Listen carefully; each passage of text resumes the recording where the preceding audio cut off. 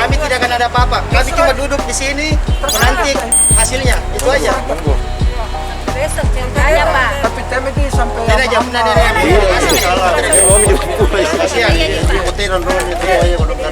biar bagaimana setahun.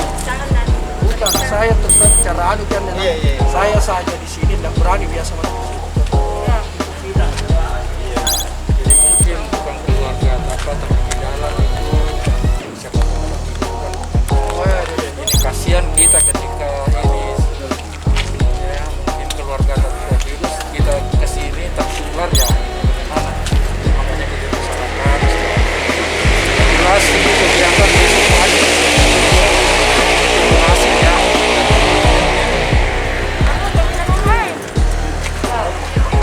Kita sarankan lebih baik istirahat.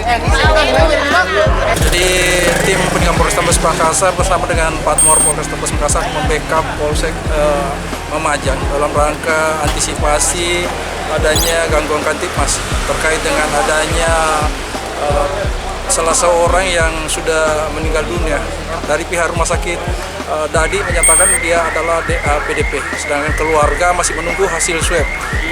Berdasarkan dengan kesepakatan baik dari pihak rumah sakit dengan keluarga, jadi menunggu sampai besok siang baru ada kejelasan. Bang, kenapa sampai bisa menunggu besok?